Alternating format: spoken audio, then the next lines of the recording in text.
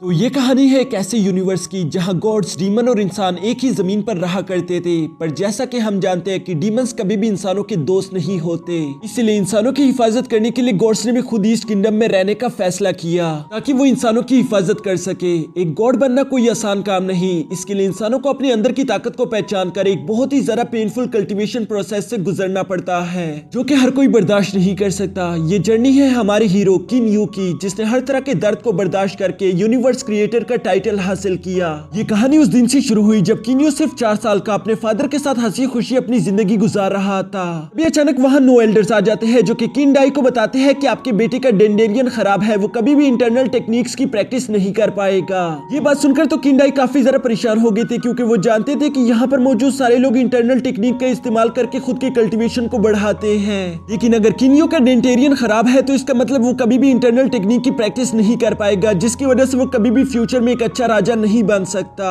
हाँ दोस्तों, किन्यू एक प्रिंस है जबकि किन डाई किन डायनेस्टी का राजा।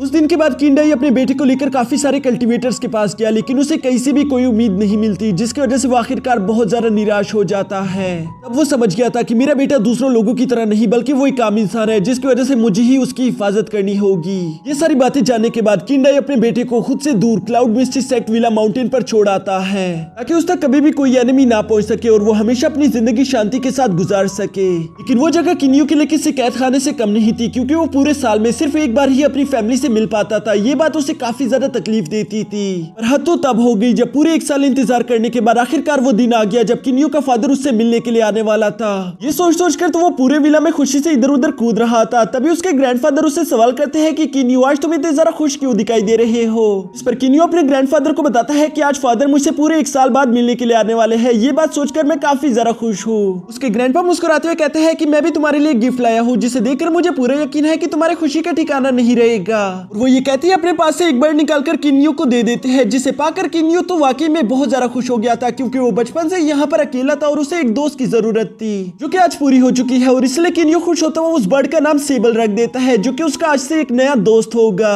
पर अभी भी उसकी सबसे बड़ी खुशी तो उसके अपने फादर से मुलाकात है, इसलिए वो भागता हुआ एक माउंटेन पर चला जाता है ताकि वो ब्रिज से आता हुआ अपने फादर को दूर से ही देख सके। जहाँ सेबल के साथ इंतजार करते करते अब सुबह से शाम हो जाती है, लेकिन उसके फादर वहां पर नहीं आते। ये बात उसे काफी ज्यादा परेशान कर देती है। वो कहता है कि आज पूरा 1 साल गुजर गया, लेकिन फादर मुझसे फिर भी मिलने नहीं आ पाया, इसका मतलब मुझे 2 साल और इंतजार करना पड़ेगा। वो इस बात को सोच कर काफी ज्यादा दुखी हो गया था। लेकिन अगले दिन वो अपने नए दोस्त के साथ खेलने के लिए जंगल आ जाता है, क्योंकि वो सेबल को उड़ना सिखा रहा था। सेबल के लिए तो ये करना वाकई में काफी ज्यादा मुश्किल था, क्योंकि अभी तक उसके पंख बहुत ज्यादा छोटे थे। लेकिन तभी अचानक इन लोगों को किसी की आवाज सुनाई देती है, जिसे सुनते ही किन्यू फौरन से उस तरफ बढ़ना शुरू कर देता है। वो समझ गया था कि वहाँ जरूर कोई मुश्किल में है। जहाँ पहुंचते ही वो देखता है कि 2 बच्चों को एक ट्री वुल्फ खाने की कोशिश कर रहा था। उस डीमन वुल्फ को यूं बच्चों का शिकार करता हुआ देखकर किन्यू बिना कुछ सोचे समझे फौरन से उस डीमन वुल्फ पर हमला कर देता है, जिसे टकराकर उसने दूर भगा दिया था। ऐसा सिर्फ उसे लगता है, असल में वहाँ पर मौजूद 3 असैसिन थे जो कि किन्यू की हिफाजत कर रहे थे। उन्होंने हिट करके उस डीमन वुल्फ को यहाँ से दूर भगाया था। जबकि किन्यू और वो 2 भाई बहन समझ रहे थे कि किन्यू बहुत ज्यादा स्ट्रॉन्ग है, इसलिए वो उसके नए दोस्त बन जाते हैं। जिसके बाद किन्यू भी उनके साथ उनके विलेज चला गया था, जहाँ पर ये तीनों मिलकर उस दिन को काफी अच्छे से एंजॉय करते हैं। जबकि किन्यू को तो बस इसी बात की खुशी हो रही थी कि आज से वो अकेला नहीं रहेगा। उसकी बेकार जिंदगी में आज का दिन काफी ज्यादा अच्छा था। तभी वहाँ पर किन्यू के अंकल भी आ जाते हैं, जो कि किन्यू को कहते हैं कि तुम्हारे भाई तुमसे मिलने के लिए आए हैं। ये सुनकर तो किन्यू काफी ज्यादा खुश हो गया था और वो भागता भागता सीधा अपने भाइयों से मिलने के लिए चला जाता है। उसके 2 बड़े भाई थे, जिनमें से बड़े का नाम था किन फेंग और छोटे का नाम था किन जेंग। वो किन्यू को काफी ज्यादा परेशान भी करते थे, लेकिन इसके बावजूद किन्यू अपने दोनों भाइयों से बहुत ज्यादा प्यार करता था। जबकि वो दोनों भाई भी किन्यू का हमेशा ख्याल रखते थे। वो दोनों ही इतने ज्यादा बिजी शेड्यूल होने के बावजूद भी किन्यू से मिलने के लिए आए थे, जिस बात को लेकर किन्यू भी काफी ज्यादा खुश था। यहाँ वो दोनों किन्यू को बताते हैं कि असल में फादर डीमंस के साथ फाइट करने में काफी ज्यादा मसरूफ है, जबकि हम भी अपने फादर की मदद कर रहे हैं। यही वो वजह है जिसकी वजह से किन डाई अपने बेटे से मिलने के लिए नहीं आ पाया, क्योंकि उसके कंधों पर बहुत बड़ी जिम्मेदारी है। उसे कुछ भी करके डीमन से इंसानों की हिफाजत करनी होगी। जबकि किन फेंग और किन जेंग भी अपने फादर का साथ दे रहे हैं। इसलिए वो दोनों किन्यू से कहते हैं कि हमें माफ करना, हम यहाँ पर तुमसे मिलने के लिए आए हैं। हम तुम्हारे साथ रुकना भी चाहते हैं, लेकिन हम ऐसा नहीं कर सकते। आज की शाम गुजारने के बाद हम यहाँ से चले जाएंगे, क्योंकि बॉर्डर पर फादर हमारा इंतजार कर रहे हैं। और बिल्कुल ऐसा ही होता है। कल सुबह होते साथ ही वो दोनों भाई वहाँ से निकल जाते हैं, जो बात किन्यू को बहुत ही ज्यादा उदास कर देती है। आज के दिन अंदर से पूरी तरीके से टूट चुका था। उसे लगता है कि शायद फादर को उसकी अब जरा से भी परवाह नहीं, क्योंकि वो जानता था कि उसके मेंडेरियन ब्लॉक है और वो इंटरनल टेक्निक की प्रैक्टिस नहीं कर सकता, जिसकी वजह से उसके फादर को लगता है कि वो बिल्कुल बेकार है। लेकिन ये बात सच है और वो ये बात जानता भी था कि ना तो मेरे पास इतना सारा ज्ञान है और ना तो इतनी सारा ताकत कि मैं किसी तलवार को अच्छे से इस्तेमाल कर सकूं, और अगर ये सब नहीं तो पापा मुझे अपने पास क्यों रखेंगे। यहाँ उसे अपनी प्रॉब्लम तो मालूम थी लेकिन अपनी प्रॉब्लम का सोल्यूशन नहीं मालूम था, इसलिए वो अपने सामने एक टूटते हुए सितारे को देखकर विश करता है कि काश कोई ऐसा तरीका हो जिसके जरिए मैं अपने फादर का प्यार दोबारा से हासिल कर सकूं। और ये करते हुए अचानक से उसके दिमाग में एक आइडिया आता है। वो खुश होते हुए कहते हैं, क्या हुआ अगर मैं इंटरनल टेक्निक की प्रैक्टिस नहीं कर सकता, अब से मैं एक्सटर्नल टेक्निक की प्रैक्टिस करूंगा। और ये फैसला लेने के बाद वो भागता भागता सीधा अपने ग्रैंडफादर के पास चला जाता है, जहां वो उन्हें बताता है कि अब चाहे कुछ भी हो जाए मैं कल्टीवेशन करके इमोर्टल बनकर रहूंगा। ये बात सुनकर पहले तो उसके ग्रैंडफादर काफी ज्यादा हैरान हो गए थे। वो उसे याद दिलाते हैं कि क्या तुम भूल गए कि तुम्हारे डेंटेरियन ब्लॉक्स है, तुम ये नहीं कर सकते। लेकिन किन्यू ने बताता है कि मैं एक्सटर्नल टेक्निक की प्रैक्टिस करूंगा जिसमें मेंडेरियन की कोई जरूरत नहीं होती, क्योंकि मेंडेरियन का काम होता है इंटरनल एनर्जी को स्टोर करना, जबकि मैं एनर्जी को अपने बाकी के बॉडी पार्ट्स में एब्जॉर्ब करने की कोशिश करूंगा। मेंडेरियंस के इसमें कोई लेना देना नहीं। ये सुनकर उसके ग्रैंडफादर कहते हैं कि हाँ तुम बिल्कुल ठीक कह रही हो, लेकिन क्या तुम जानते हो कि इंटरनल टेक्निक को प्रैक्टिस करना थोड़ा आसान है जबकि एक्सटर्नल टेक्निक को प्रैक्टिस करना बिल्कुल इम्पॉसिबल जैसा है। और तुम तो इमोर्टल बनने की बात कर रही हो, जबकि तुम जानते हो कि इमोर्टल बनने के लिए तुम्हें 3 स्टेजेस को पार करना होगा। फर्स्ट स्टेज को पार करना कोई ज्यादा मुश्किल काम नहीं, क्योंकि उसमें सिर्फ कड़ी मेहनत की जरूरत पड़ेगी, जिसे यकीनन तुम कर भी लोगे क्योंकि तुम बहुत ज्यादा मेहनती हो। मसला तो तुम्हारे लिए सेकंड स्टेज को पार करना होगा, जिसे अब तक सिर्फ कुछ हजार लोग ही पार कर पाए हैं। और अगर मानो तुमने वो कर भी लिया तब तुम इमोर्टल लेवल पर पहुंच जाओगे, लेकिन इमोर्टल लेवल को आज तक सिर्फ 3 ही लोग इस दुनिया में पार कर पाए हैं, जिसमें से तुम्हारा एक अंकल फ्रैंक यूजी भी है। ये सारी इन्फॉर्मेशन उसने किन्यू को तो दे दी थी, लेकिन साथ ही साथ वो यहाँ पर किन्यू को डिमोटिवेट नहीं करना चाहता था, इसलिए वो किन्यू को कहता है कि मैं जानता हूँ कि तुम कर सकते हो, वैसे भी कोशिश करने वालों की हार नहीं होती। अगर तुम्हारा इरादा पक्का है तो तुम एक दिन इमोर्टल बन के अपने फादर के बहुत ज्यादा काम आ सकते हो। ये सुनकर तो किन्यू बहुत ज्यादा खुश हो गया था और इसलिए वो फैसला करता है कि अब चाहे जो भी हो जाए मैं हर हाल में एक इमोर्टल बनकर दिखाऊंगा। इसके बाद नेक्स्ट डे किन्यू का ग्रैंडफादर किंडाई को लेटर भिजवा देता है ताकि वो किन्यू के लिए कुछ मास्टर को यहाँ पर भेज सके जो कि उसकी ट्रेनिंग में मदद कर पाएंगे। वो लेटर मिलने के बाद किंडाई को यकीन नहीं था कि उसका बेटा ऐसा कर सकता है, लेकिन इसके बावजूद भी वो अपने बेटे को निराश नहीं करना चाहता था, जिसकी वजह से वो अपने किंगडम में से 10 बेहतरीन मास्टर को किन्यू की मदद करने के लिए भेज देते हैं। लेकिन किन्यू अपने सामने इस तरह से 10 मास्टर्स को एक साथ देकर काफी ज्यादा उलझ गया था। उसे समझ नहीं आ रहा था कि आखिर मुझे किस मास्टर से ट्रेनिंग लेनी चाहिए, क्योंकि वो 10 के 10 मास्टर से एक वक्त पर नहीं सीख सकता।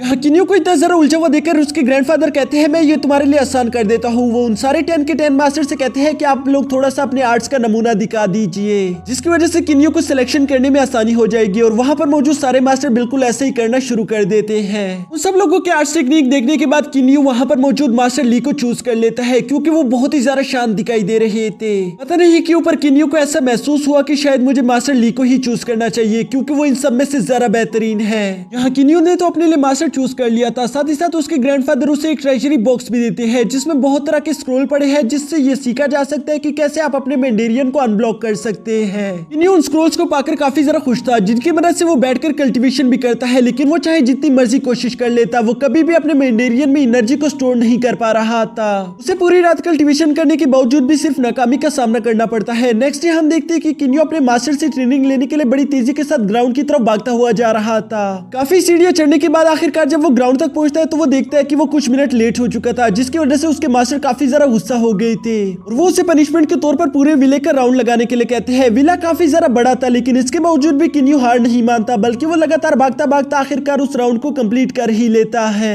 अभी इससे पहले कि किन्यू इतना सारा भागने के बाद थोड़ा सा भी आराम कर पाता, तभी मास्टर ली उसके सामने आ जाते हैं, जो कि उससे कहते हैं कि चलो दोबारा से मुझे ग्राउंड में मिलो। और ये सुनने के बाद तो किन्यू की अब हालत बहुत ज्यादा खराब हो चुकी थी, क्योंकि वो जानता था कि ग्राउंड यहाँ से काफी ज्यादा दूर है, लेकिन इसके बावजूद भी वो दोबारा से भागना शुरू कर देता है। मास्टर ली भी उसके साथ ये सब सिर्फ उसे परेशान करने के लिए नहीं कर रहे थे, बल्कि वो जानते थे कि किन्यू काफी ज्यादा स्लो है, वो बस उसकी स्पीड को बढ़ाना चाहते थे। अब इसी तरह करते करते पूरा 1 महीना गुजर जाता है, जहाँ किन्यू की हालत काफी ज्यादा खराब दिखाई दे रही थी, लेकिन उसके मास्टर उसे कहते हैं कि ये तो बस सिर्फ शुरुआत है। मेरे मार्शल आर्ट टेक्निक का नाम ही एक्सट्रीम ट्रेनिंग है, जिसकी मदद से हम अपनी बॉडी से एक्सट्रीम लेवल तक ट्रेनिंग करवाते हैं और इसी वजह से हमारी बॉडी काफी ज्यादा मजबूत हो जाती है। लेकिन अगर तुम चाहो तो तुम अभी भी हार मान सकती हो, तुम बस बोल दो मैं यहाँ से चला जाऊंगा। लेकिन किन्यू अपने फादर के बारे में सोचकर साफ साफ इनकार कर देता है। वो कहता है कि चाहे कुछ भी हो जाए मुझे हर हाल में इमोर्टल बनकर दिखाना है। और ये कहने के बाद वो उस ट्रेनिंग को और भी ज्यादा शिद्दत के साथ शुरू कर देता है। मास्टर भी उसकी ये लगाव देखकर काफी ज्यादा इंप्रेस हो गए थे, लेकिन वो ये बात कभी भी किन्यू को नहीं बताते, बस वो उसके सामने हमेशा स्ट्रिक्ट होने का दिखावा करते रहते थे, जबकि अंदर ही अंदर वो उसके लिए काफी ज्यादा अच्छा फील करते थे। वो अगले 1 साल तक लगातार किन्यू को हार्ड से हार्ड ट्रेनिंग करवाते हैं, जिसमें उसके उसके माइंड ट्रेनिंग, हैंड ट्रेनिंग और बहुत सारे फिजिकल ट्रेनिंग करवाए जाते हैं। इन ट्रेनिंग्स को करने की वजह से किन्यू अपने फिजिकल बैरियर्स को ब्रेक थ्रू कर पा रहा था। वो अब पहले से काफी ज्यादा स्ट्रॉन्ग और फास्ट हो चुका था। ये बात किन्यू को भी धीरे धीरे अच्छे से महसूस हो रही थी, लेकिन अब ऐसा करते करते पूरा साल कंप्लीट हो जाता है, यानी कि मास्टर ली के जाने का वक्त आ चुका था। किन्यू वहां से मास्टर ली को जाता हुआ देखकर काफी ज्यादा निराश हो गया था, लेकिन मास्टर ली उसे समझाते हुए कहते हैं कि मेरा काम था सिर्फ तुम्हें रास्ता दिखाना, जो कि मैंने तुम्हें दिखा भी दिया है। अब तुम्हारा फर्ज बनता है कि तुम उस रास्ते पर चलते हुए खुद को ज्यादा से ज्यादा स्ट्रॉन्ग करो। मास्टर ली की ये सारी बातें सुनने के बाद किन्यू काफी ज्यादा इमोशनल होकर अपने मास्टर को गुड बाय कहते साथ ही साथ कहता है कि मास्टर मैं कभी भी आपका सर शर्म से झुकने नहीं दूंगा। यानी कि उसने सख्त से सख्त ट्रेनिंग का फैसला कर लिया था। ये सुनकर उसके मास्टर काफी ज्यादा खुश हो गए थे और वो सीधा किन्यू के फादर के पास आ जाते हैं, जहां वो किन्यू के फादर को उसकी सारी सिचुएशन बताते हैं कि वो बहुत अच्छा कर रहा है, जबकि साथ ही साथ वो ये भी बताते हैं कि किन्यू बहुत ज्यादा मेहनती है। उसके फादर अपने बेटे की ये तारीफें सुनकर काफी ज्यादा खुश हो गए थे। साथ ही साथ वो यहाँ पर मास्टर ली से सवाल करते हैं कि मेरे बेटे को एक्सटर्नल टेक्निक को सीखने में कितने टाइम लगेगा। लेकिन मास्टर ली का दिया हुआ जवाब उन्हें बिल्कुल भी अच्छा नहीं लगता, क्योंकि मास्टर ली उन्हें बताते हैं कि इसे सीखने में कम से कम 36 साल लगते हैं, क्योंकि इंटरनल टेक्निक की वजह से हम एनर्जी को स्टोर करके अपनी कल्टीवेशन बहुत ही आसानी के साथ कर सकते हैं, जबकि एक्सटर्नल टेक्निक बहुत ही ज्यादा डिफिकल्ट होता है। ये बात सुनकर तो किंडाई काफी ज्यादा परेशान हो गए थे, क्योंकि वो अपने बेटे को अपने पास लाना चाहते थे, लेकिन वो चाहकर भी ऐसा नहीं कर सकते। जबकि दूसरी तरफ हम किन्यू को देखते हैं कि वो पहले से अब बहुत ज्यादा सख्त ट्रेनिंग कर रहा था, लेकिन धीरे धीरे उसे एहसास होता है कि अब ये ट्रेनिंग उसके कुछ ज्यादा काम नहीं आ रही।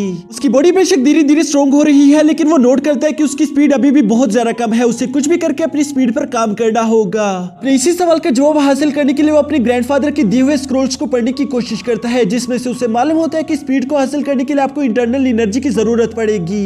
ये बात सुनने के लिए वो थोड़ी देर के लिए परेशान हो गया था, लेकिन वो फिर बैठकर कल्टीवेशन करना शुरू कर देता है, ताकि वो इंटरनल एनर्जी को स्टोर करके अपनी बॉडी में जमा कर सके। ये करते हुए वो अपनी पूरी कोशिश कर रहा था, लेकिन जैसा कि हम जानते हैं कि किन्यू के मेंडेरियन ब्लॉक्स है, इसलिए वो एनर्जी को अपनी इंटरनल बॉडी में स्टोर नहीं कर पा रहा था और वो इसमें नाकाम हो जाता है। और यहाँ उसे एक बहुत बड़ी चौंका देने वाली खबर देखने को मिलती है, क्योंकि अब उसकी बॉडी पहले से काफी ज्यादा स्ट्रॉन्ग हो चुकी है, तो इसलिए उसकी बॉडी अब एनर्जी को स्टोर कर पा रही थी। बेशक उसके मेंडेरियन ब्लॉक थे, लेकिन उसके बोन्स थोड़ी बहुत एनर्जी को स्टोर कर सकती है, जो कि उसके लिए काफी ज्यादा बेनिफिशियल होगा। अपनी इसी टेक्निक पर और ज्यादा ध्यान देते हुए वो एनर्जी को बोन में स्टोर करते हुए साथ ही साथ उसने अपनी बॉडी पर कुछ हैवी वेट भी लगा दिया था, ताकि वो अपनी स्पीड को ज्यादा से ज्यादा बढ़ा सके। इस टेक्निक में अगले 3 साल लगा देने के बावजूद भी वो नोट करता है कि वो अपनी बॉडी में इतनी ज्यादा एनर्जी स्टोर नहीं कर पा रहा कि वो उसकी वजह से लाइट ऑफ स्पीड को हासिल कर सके। इसी बात को सोचकर परेशान हो ही रहा था कि तभी वो अपने पास कुछ फ्लावर पेटल्स को देखता है, जिनको देखकर वो कहता है कि इनमें भी तो कोई इंटरनल एनर्जी नहीं, फिर आखिर ये हवा में फ्लोट कैसे कर पा रहे हैं? अगर ये हवा में फ्लोट कर सकते हैं तो मैं भी इंटरनल एनर्जी के बगैर हवा में फ्लोट कर सकता हूँ। बस मुझे इसके लिए सिर्फ हवा के बहाव को समझना होगा, ताकि मैं उसकी बारीकी में जाकर उसे बहुत अच्छे से कंट्रोल कर सकूं। और वो बिल्कुल ऐसे ही करता है, जिसकी वजह से वो पहली दफा हवा में फ्लोट कर पा रहा था। अपनी इस टेक्निक को और ज्यादा बेहतर करने के लिए अब वो उसी डीमन वुल्फ के पास चला जाता है, जहां पर अब उसकी रफ्तार पहले से कई गुना ज्यादा हो चुकी थी। साथ ही साथ वो हवा में तैर रहा था। ये कमाल की टेक्निक देखकर वो उसे शैडो डांसिंग का नेम देता है, क्योंकि इसकी वजह से उसने लाइट ऑफ स्पीड को अचीव कर लिया था। यहाँ अब किन्यू की रफ्तार बहुत ज्यादा हाई हो चुकी थी, इतनी ज्यादा कि अब उसके असिस्टेंट भी उसे फॉलो नहीं कर पा रहे थे, और अगर वो उसे फॉलो नहीं कर सकते तो वो उसकी हिफाजत कैसे करेंगे? इसलिए वो उसके ग्रैंडफादर को बताते हैं कि अब हमारी यहाँ पर कोई जरूरत नहीं, और वो ये कहने के बाद वापस अपने किंगडम आ चुके थे। जब ये बात किंडाई को मालूम होती है तो वो अपने बेटे पर काफी ज्यादा प्राउड महसूस कर रहा था।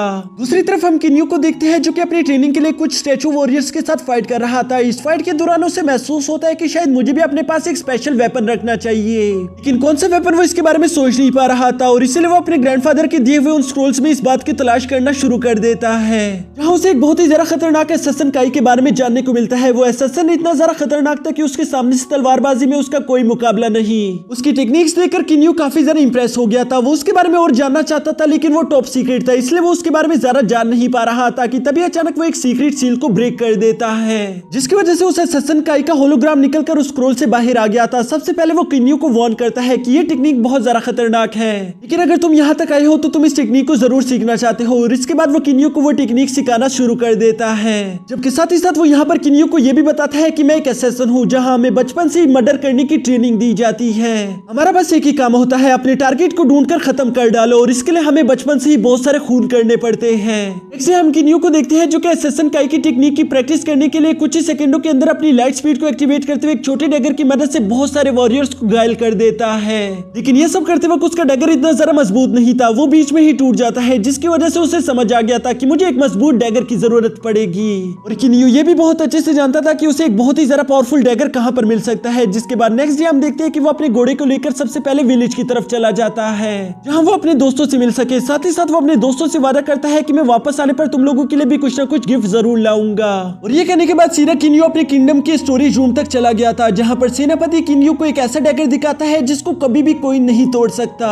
वो पूरी तरीके से इनविंसिबल है और ये डैगर यहाँ पर किन्यू को काफी जरा पसंद भी आ जाता है, जबकि साथ ही साथ वो अपने दोस्तों के लिए भी कुछ गिफ्ट कलेक्ट कर लेता है। यहाँ सब कुछ बहुत ही ज्यादा अच्छा चल रहा है, ऐसा सिर्फ किन्यू को लगता था, जबकि सच्चाई बिल्कुल उलट थी क्योंकि किन्यू के पीठ पीछे जंगली बैंडिट्स ने किन्यू के दोस्तों के विलेज पर अटैक्स कर दिया था। टाइशन ये देखकर अपनी बहन ज्यूली को लेकर वहां से भागने की कोशिश करता है, जबकि हम देखते हैं कि वो जंगली बैंडिट बिल्कुल भी रुकने वाले नहीं थे, बल्कि वो वहां पर मौजूद सारे लोगों को मार रहे थे। ऐसा कहा जाता है कि ये जंगली बैंडिट सिर्फ लोगों का मजे के लिए ही शिकार करते हैं, साथ ही साथ वही लोगों की सारी जमा पूंजी भी ले जाते हैं। यहाँ वो बैंडिट अभी ज्यूली पर हमला करने ही वाले थे कि तभी किन्यू भी वहां पर आ जाता है, जो कि ये सब देखकर काफी जरा गुस्से में आ गया था। लेकिन इससे पहले कि वो ज्यूली की जान बचाता तभी उनमें से एक बैंडिट ज्यूली का हाथ काट देता है, जबकि ये सब करने के बाद वो मुस्कुरा भी रहा था। वो इन सब लोगों को कीड़े मकोड़ों की तरह समझ रहे थे, जबकि किन्यू अब ये सब देखकर अपने गुस्से को काबू नहीं रख पा रहा था। इसलिए वो उस बैंडिट जिसका नाम बाइसिन था वो उससे कहता है कि चलो आगे बढ़ो, मुझ पर हमला करो, अगर तुम ऐसा नहीं करोगे तो मैं वैसे भी तुम्हें जान से मार डालूंगा। जो सुनकर बाइसिन मुस्कुराते हुए कहता है कि तुम जैसा एक बच्चा मुझे नहीं हरा सकता, लेकिन तुमने ऐसा बोलने की हिम्मत की तो अब मैं तुम्हें जान से मार रहा हूँ। वो ये कहते हुए बड़ी तेजी के साथ किन्यू पर हमला करने के लिए आगे बढ़ता है, लेकिन अब किन्यू काफी ज्यादा गुस्से में था, इसलिए वो उस पर हमला करते हुए उसकी एक एक हड्डी को तोड़ देता है। बाइसिन की सारी हड्डियां टूटने की वजह से वो अपनी ही जगह पर मारा जाता है, जबकि बाकी के लोग ये सब देखकर वहां से भाग जाते हैं। टाइशन को ये देखकर काफी ज्यादा गुस्सा रहा था। वो किन्यू से कहता है कि आखिर तुम इन लोगों को यूं जिंदा भागने कैसे दे सकते हो, जिस पर किन्यू बहुत ज्यादा निराश होते हुए कहता है कि सारे बुरे लोगों को मारकर हम बुराई खत्म नहीं कर सकते, बल्कि हमें प्यार का इस्तेमाल करना होगा। लेकिन टाइशन उसके साथ बिल्कुल भी एग्री नहीं था। वो उससे कहता है कि तुमने आज एक बुरे इंसान को छोड़ दिया, वो कल 100 अच्छे इंसानों को जान से मार डालेगा, लेकिन तुम ये बात नहीं समझ पाओगे क्योंकि तुम एक प्रिंस हो, तुम्हें कभी मुश्किलें झेलनी नहीं पड़ती। साथ हम उसी दिन की रात का सीन देखते हैं जहाँ किन्यू टाइशन से कह रहा था कि चलो ज्यूली को लेकर मेरे साथ मेरे विला चलो, उसका जख्म बहुत ज्यादा खराब हो चुका है, हमें जल्द से जल्द उसका इलाज करना होगा, नहीं तो वो जान से मारी जाएगी। लेकिन इससे पहले कि ये लोग वहां से निकल पाते तभी हम देखते कि वो बैंडिट्स वहां पर दोबारा से आ गए थे। साथ ही साथ इस बार उनका लीडर वो भी आ गया था। वो अपने सामने किन्यू को देखकर कहता है कि तुमने बहुत बड़ी गलती कर दी, तुमने मेरे एक साथी को मार दिया, अब उसकी वजह से ये सारे के सारे विलेज मारे जाएंगे। मैं इनमें से किसी भी विलेजर पर रहम नहीं दिखाने वाला। साथ ही साथ वो कहता है कि मैं इस विलेज को जलाकर राख कर दूंगा, और वो ये कहते साथ ही विलेज में आग लगाना शुरू कर देता है। किन्यू अब अपने सामने का नजारा देखकर अपनी गलती समझ गया था, इसलिए वो टाइशन से कहता है कि तुमने बिल्कुल ठीक कहा, अगर 100 लोग बुरे हैं तो 100 के 100 को मार देना चाहिए, रहम करने की कोई जरूरत नहीं। ये बात सुनकर किंग वो को काफी ज्यादा गुस्सा आ रहा था, लेकिन इसके बावजूद भी वो कहता है पहले मैं विलेजर को मारूंगा और उसके बाद तुम्हें। जो कहते साथ ही उसने अपने सारे के सारे आदमियों को विलेजर्स को मारने का हुक्म दे दिया था, जबकि साथ ही साथ वो खुद किन्यू के साथ फाइट करना शुरू कर देता है। यहाँ किन्यू अपनी पूरी ताकत लगाते हुए किंग वो को मारने की कोशिश कर रहा था, लेकिन उसका कोई भी अटैक किंग वो पर असर नहीं कर रहा था। ये देखकर किन्यू समझ जाता है कि किंग वो की बॉडी बहुत ज्यादा स्ट्रॉन्ग है, मुझे कुछ ना कुछ और सोचना होगा। लेकिन अभी के लिए उसे बाकी के विलेजर्स को भी बचाना होगा, इसलिए वो अपनी शैडो डांसिंग स्पीड टेक्निक को एक्टिवेट करते हुए बाकी के विलेजर्स को बचाने के लिए उन बैंडिट्स को मारना शुरू कर देता है। ये देखकर किंग वो को काफी ज्यादा गुस्सा आ रहा था, इसलिए इस बार वो अपने ब्लेड का इस्तेमाल करते हुए किंग यू को मारने की कोशिश करता है, लेकिन किंग यू की रफ्तार काफी ज्यादा हाई थी। वो पहले तो अपनी स्पीड का इस्तेमाल करते हुए खुद को उस ब्लेड से बचाने की कोशिश करता है, लेकिन अब उस बैंडिट किंग को बहुत ज्यादा गुस्सा आ गया था, इसलिए वो खुद अपनी फुल पावर्स को एक्टिवेट करते हुए अपने घोड़े से उतरकर किंग यू पर हमला करना शुरू कर देता है। किंग यू ये देखकर काफी ज्यादा हैरान था कि इतनी बड़ी बॉडी होने के बावजूद भी उसकी स्पीड इतनी ज्यादा हाई कैसे है, क्योंकि किंग यू अपनी फुल स्पीड का इस्तेमाल करने के बावजूद भी उसके अटैक्स को डॉज नहीं कर पा रहा था, और इसलिए किंग यू उसे काफी बुरी तरीके से घायल कर देता है। यहाँ किंग यू की ऐसी हालत देखकर वहां पर मौजूद सारे विलेजर्स काफी ज्यादा परेशान हो गए थे, जबकि किंग यू खुद भी बहुत ही बुरी तरीके से डैमेज हो गया था। लेकिन तभी अचानक वो मौका पाकर अससन काई की उस सीक्रेट टेक्निक का इस्तेमाल करते हुए अपनी छुपी हुई डैगर को निकालकर बड़ी तेजी से किंग वू का गला काट देता है, जिसकी वजह से बैंडिट किंग जान से मारा गया था। किंग यू अपने सामने का नजारा देखकर आखिरकार समझ गया था कि मुझे अपने तरीके बदलने होंगे, यानी कि वो अब खुद को बेरहम कातिल हत्यारा बनाने की इरादा बना चुका है। और इसके बाद हमें 10 साल बाद का सीन दिखाया जाता है, जहाँ किंग यू पहले से बहुत ज्यादा बड़ा और हैंडसम हो चुका था, जबकि साथ ही साथ हम सेबल को भी देखते हैं जो कि अब पहले से बहुत ज्यादा बड़ा और स्ट्रॉन्ग हो चुका था। जहाँ ये दोनों काफी लंबे अरसे के बाद कल्टीवेशन करके वापस अपने ग्रैंडफादर से मिलने के लिए विला जा रहे थे। विला में ग्रैंडफादर किंग यू को काफी अरसे बाद देखकर काफी ज्यादा खुश दिखाई दे रहे थे। साथ ही साथ वो किंग यू से कहते हैं कि प्लीज लेट मत हो जाना, तुम जानते हो कि मैं किस बारे में बात कर रहा हूँ, तुम्हारे 18 बर्थडे पर तुम्हारे पापा ने एक सेरेमनी रखी है, वहाँ तुमसे मिलने के लिए बहुत बड़े बड़े लोग आएंगे और मैं चाहता हूँ कि तुम वहाँ वक्त पर पहुंच जाओ, इससे पहले कि तुम हमारी नाक कटवा दो। जिस पर किंग यू अपने ग्रैंडफादर से कहता है कि आपको फिक्र करने की कोई जरूरत नहीं, मैं वहाँ वक्त पर पहुंच जाऊंगा। यहाँ ये दोनों आपस में इसी तरह से बातें कर रहे थे कि तभी वहाँ पर ज्यूली भी किंग यू से मिलने के लिए आ जाती है, क्योंकि किंग यू बहुत ही वक्त से अपने घर वापस नहीं आया था। यहाँ साथ ही साथ हम देखते हैं कि जूली अब 16 साल की एक बहुत ही ज्यादा खूबसूरत लड़की बन चुकी है, जबकि किंग उसे वहां पर देखकर काफी ज्यादा खुश हो गया था, इसलिए वो उसे वेलकम करते हुए बहुत ही ज्यादा खुश होकर उसके साथ बातें करता है। जबकि दूसरी तरफ हमें चू डायनेस्टी का सीन दिखाया जाता है। यहाँ हम चू डायनेस्टी के किंग जेंग को देखते हैं, जो कि अपने सपने में किंग डाई को देख रहा था। किंग डाई को अपने सपने में इतने ज्यादा डरावने रूप में देखकर वो काफी ज्यादा घबरा गया था, इसलिए वो अपने सेनापति से कहता है कि जाकर पता लगाओ कि किंग डाई आखिर क्या प्लानिंग कर रहा है, क्योंकि असल में उसे काफी ज्यादा डर लग रहा था कि किंग डाई आखिर मेरी चू डायनेस्टी के खिलाफ कोई प्लानिंग तो नहीं कर रहा। उसका ये हुक्म सुनकर उसका सर्वेंट कहता है जैसा आपका हुक्म, और उसके बाद वो इन्फॉर्मेशन लेने के लिए वहां से चला जाता है। जिसके बाद दूर कहीं हम एक ईवल कल्टीवेटर को देखते हैं, और इस ईवल कल्टीवेटर के सामने स्काईनेट ऑर्गेनाइजेशन का एक सिल्वर मास्क असैसिन भी खड़ा हुआ था, जिसका नाम मीटियोर है। मीटियोर को अपने सामने देखकर वो ईवल कल्टीवेटर मुस्कुराते हुए कहता है कि मुझे तो एक गोल्डन मास्क असैसिन भी नहीं हरा सकता, तो तुम कैसे हराओगे। जिस पर मीटियोर बिना कुछ बोले अपने शैडो डांसिंग टेक्निक को एक्टिवेट करके उस पर हमला करना शुरू कर देता है। यहाँ इन दोनों के दरमियान ये जबरदस्त फाइट चल ही रही थी, जबकि दूसरी तरफ हमें किन्यू की एज सेरेमनी दिखाई जाती है, जहाँ किंग जेंग अपने फादर से कह रहा था कि किन्यू का अभी तक कुछ पता नहीं चला, हम नहीं जानते किस वक्त वो कहां पर है। साथ ही साथ वो अपने फादर को ये भी बताता है कि नॉर्थ गार्डियन किंग शेंगुआन यहाँ पर आ चुके हैं। ये सुनकर किंग डाई फौरन नॉर्थ किंग से मुलाकात करने के लिए चले जाते हैं, जबकि दूसरी तरफ हमें वही सिल्वर मास्क असैसिन दिखाया जाता है, जो कि उस ईवल कल्टीवेटर के साथ एक जबरदस्त फाइट कर रहा था। यहाँ उसकी ये पावर देखकर वो ईवल कल्टीवेटर बहुत ज्यादा हैरान हो गया था, क्योंकि उसे यकीन नहीं आता कि सच में ये कोई सिल्वर मास्क असैसिन ही है या फिर उससे ज्यादा हाई रैंक का असैसिन। लेकिन अब इस बात से कुछ खास फर्क नहीं पड़ता, क्योंकि वो ईवल कल्टीवेटर अपनी एक पावरफुल टेक्निक का इस्तेमाल करके अभी मीटियोर को मारने की कोशिश करता है, जिसके दौरान मीटियोर का मास्क हट गया था। और हम देख पाते हैं कि मीटियोर और कोई नहीं बल्कि किन्यू है, जिसने स्काईनेट ऑर्गेनाइजेशन को ज्वाइन कर लिया था ताकि वो सारे बुरे लोगों को ढूंढ ढूंढ कर मार सके। यहाँ किन्यू अपनी उसी स्पेशल टेक्निक का इस्तेमाल करता है, जिसमें उसने अपने हिडन डैगर का इस्तेमाल करके उस ईवल कल्टीवेटर का गला काट दिया था, और ये सब वो इतनी सफाई के साथ करता है कि उस ईवल कल्टीवेटर को इसकी बनक भी नहीं लग पाती। अब यहाँ अपने टारगेट को मार देने के बाद किन्यू कहता है कि मैं ये सब करता हूँ ताकि मैं इस दुनिया से बुराई को मिटा सकूं, साथ ही साथ इससे मुझे अपनी प्रैक्टिस करने का मौका भी मिल जाता है। इसके बाद हम किंग डाई को देखते हैं, जो कि नॉर्थ किंग शेंगुआन के साथ मीटिंग कर रहे थे। वो उससे अपना साथ देने के लिए कहते हैं ताकि वो चू डायनेस्टी पर कब्जा कर सके। किंग शेंगुआन भी इसके लिए एग्री हो जाता है, लेकिन दूसरी तरफ बाहर हम देखते हैं कि शाम हो गई थी, लेकिन किन्यू अभी भी अपनी एज सेरेमनी में नहीं आया था, जिसकी वजह से उसके भाई काफी ज्यादा परेशान हो जाते हैं। लेकिन इससे पहले कि वो लोग कुछ भी कर पाते, तभी अचानक किन्यू वहाँ एक हीरो की एंट्री के साथ पहुंच जाता है, जिसे देखकर वहाँ पर पहले से मौजूद लोग खुशियां मनाना शुरू कर देते हैं। इस एज सेरेमनी के बाद हम देखते हैं कि किन्यू अपने फादर से माफी मांग रहा था, क्योंकि आज के दिन उसने आने में काफी ज्यादा देर कर दी। लेकिन किंग डाई उससे कहते हैं कि इसकी अब कोई जरूरत नहीं, क्योंकि तुम 18 साल के हो चुके हो, तो अब तुम जो भी करो मैं तुम्हें रोक नहीं सकता। साथ ही साथ वो किन्यू को अपने साथ एक सीक्रेट चैम्बर में भी ले जाते हैं, जहाँ वो किन्यू को कहते हैं कि अब वो वक्त आ चुका है जहाँ मैं तुम्हें सब कुछ सच सच बता दूंगा।